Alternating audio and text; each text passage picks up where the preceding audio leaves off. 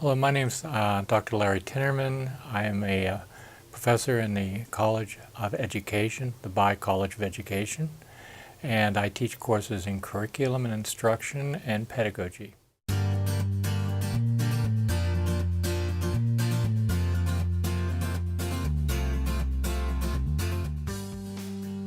Okay, one of the things that I've noticed when I first started here, being a new faculty member going on 7 years ago, I always taught the safe way at the beginning, where it was straight lecture and you talk to the students, and I found that you lose an awful lot of your students. So I started to examine how students learn, what motivates them. And of course, technology is some way to motivate students, but not just technology, because it's how the technology is used.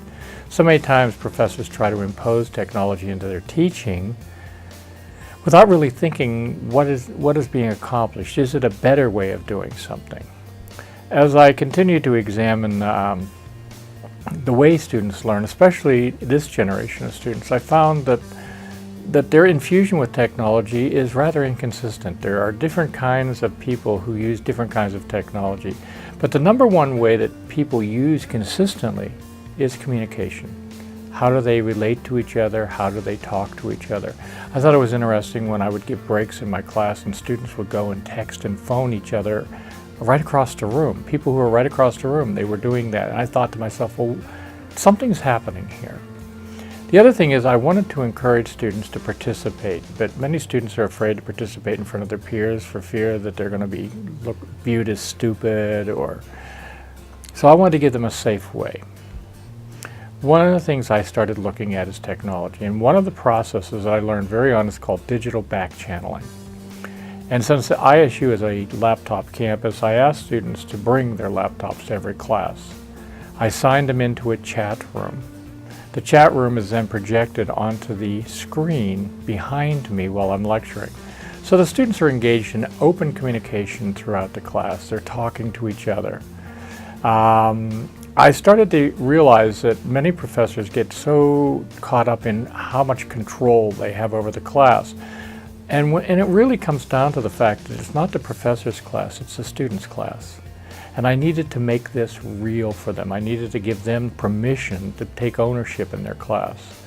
So the conversations range from anything that we're discussing in class to sometimes social things. A little funny story was I had a student one time ask another student out on the chat board and I think they thought it was a private message and they didn't realize that it was going up on the board. I saw it, I ignored it, watched it edge towards the top of the board. It kept going higher and higher and higher. And just before it went off the board, I said, "Julie, please, are you going to answer him? We're all in suspense." The whole class burst out laughing. I got my point across that I noticed what was happening on the chat board, and maybe that wasn't the most appropriate way to use it, but it's also not the biggest evil in the world. I had other colleagues come and say, "But what if your students are using Facebook, or what if they're doing something back at their desk?" I said, "And what if they're daydreaming? And what if they're doodling on their paper? Can we control that?" So maybe if they're doing Facebook, then one ear is at least listening to me. And I thought it was an interesting time when they were working in groups. I walked around the back of the classroom and actually saw one person doing Farmville. And I didn't say anything. I went to the front of the class, and within 2 minutes, the people of that group, the members of that group, came forward and says, "Come on, we need you over here. Stop playing games. Get over here and be part of the group." So there's a social pressure as you build social community. And we should learn this from Facebook. We should learn this from all the social media. As you build certain social community, there are rules, unspoken rules that are established in those communities. And it was my job to step out of the way to allow those rules to take place in my class. So my area of interest now is in how do students socialize and how can we use that socialization in teaching to help them learn.